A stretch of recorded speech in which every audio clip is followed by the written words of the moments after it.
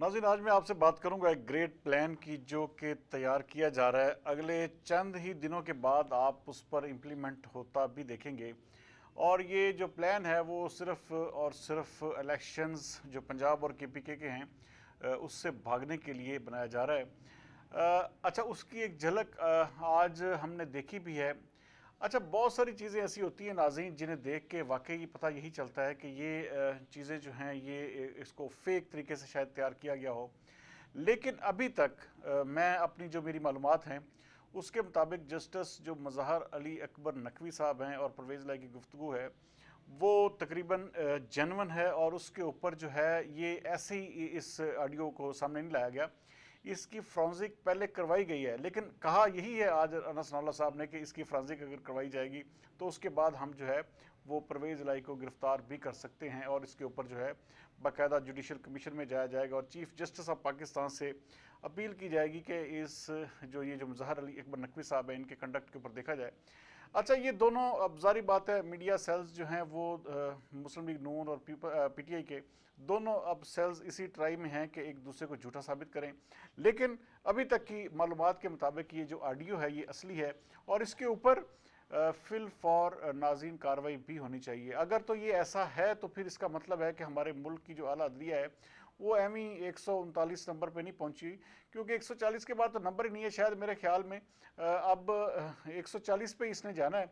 लेकिन इस तरह के जो हालात वाक़यात होते हैं वो किसी भी मुल्क के अदल इंसाफ के सिस्टम पर सवालिया निशान ज़रूर खड़ा करते हैं। होना तो ये चाहिए था कि अदलिया आम आवाम को इंसाफ के लिए जो है वो अब आगे बढ़ती और मुल्क में वेलफेयर का निज़ाम जिस तरह चलना चाहिए था उसको चलाती और एक अच्छी अपनी जो रेपुटेशन है वो बिल्डअप करती। लेकिन बदकिस्मती यही है कि हर सियासी जो केस है उसमें आला अदलिया जो है टांग अड़ाना अपना अपने लिए भी बायस फ़ख्र समझती है। और वो एक जुडिशल कू या जुडिशल किस्म का जो एक मूवमेंट है उसके ऊपर जो है शायद तमाम जजेस जो है वो यही चाहते हैं कि हमारा जो एक इजारादारी है वो मुकम्मल तौर पर कायम रहे। लेकिन अब ये जो ग्रेट प्लान है वो यही है कि अब एक बहुत बड़ी एक जुडिशरी और हुकूमत की लड़ाई होने जा रही है और उसी को बेस बनाकर अगले जो इंतखाबात हैं उससे किनारा कशी करने की कोशिश की जाएगी। क्योंकि आज आपने देखा कि इलेक्शन कमीशन ऑफ पाकिस्तान जो चीफ इलेक्शन कमिश्नर थे वो जब पेश हुए तो उन्होंने भी बाकायदा तौर पर हाथ खड़े कर दिए। उन्होंने कहा जी मैं कुछ नहीं कर सकता, गवर्नर और सदर का इख्तियार है। अच्छा, अब सदर के ओहदे को यूटिलाइज़ किया जाएगा। इलेक्शन तो नाज़रीन मैं आज भी इस बात पे कायम हूँ कि होने हैं और होने चाहिए। ये कोई इसका तुक नहीं बनता कि 90 रोज़ के ऊपर इसको लेके जाया जाए। हमारे मुल्क नो डाउट कि इस वक्त केपेबल नहीं है किसी भी तरह की सियासी मूव के लिए या किसी भी तरह की कोई सियासी एजिटेशन के लिए। इस वक्त मुल्क में स्टेबिलिटी की ज़रूरत है। जितना जल्दी हो सके इसको हमारे जो सियासी जमातें इन्हें आम इंतखाबात की तरफ जाना चाहिए। अगर मिसाल है अगर ये पॉसिबिलिटी नहीं है कि आप पंजाब और केपीके में इस तरह इलेक्शन नहीं करवा सकते तो आपको तमाम पार्टियों को मिल बैठ कर एक ऐसी डिसाइड एक डेट के ऊपर डिसीजन इनका हो जाना चाहिए जिस मुतफिका तौर पर जिससे तमाम लोग मुतफिक हो जाएं।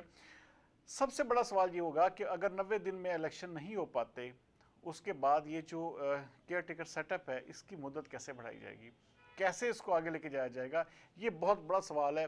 और हुकूमत इसके लिए क्या करने का इरादा रखती है। मुझे नाज़रीन जो नज़र आ रहा है कि मुल्क में कोई ना कोई ऐसा अनइवन सीन ज़रूर होने जा रहा है जिसको बुनियाद बनाकर इलेक्शन से राह फरार इख्तियार किया जाएगा। और हो सकता है कि इसके पीछे यही ये जो मैं बात कर रहा हूँ कि जुडिशरी और हुकूमत की जो आपस की लड़ाई है इसको इतना बढ़ावा दे दिया जाए कि मुल्क में एक एमरजेंसी की सूरत हाल क्रिएट हो। बहरहाल होता क्या है अगले चंद दिनों में ये वाज़ेह तो हो जाएगा। लेकिन इस वक्त हमारे मुल्क को शदीद किस्म की स्टेबिलिटी की ज़रूरत है। जितनी जल्दी स्टेबिलिटी आएगी हमारा मुल्क के लिए उतना ही बेहतर होगी। आप आम आवाम की आज चीखें देख लें नाज़रीन, लोग रो रहे हैं।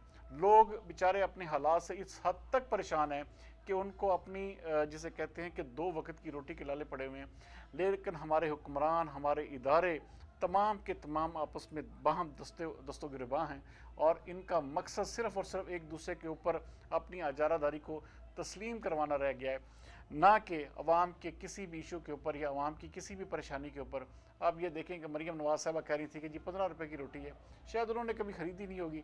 इमरान खान साहब फरमा रहे थे کہ پتہ نہیں کتنے 100 ارب کے جی جو ہے وہ ارب روپیہ کے جی میں مل رہا ہے جو گھی ہے.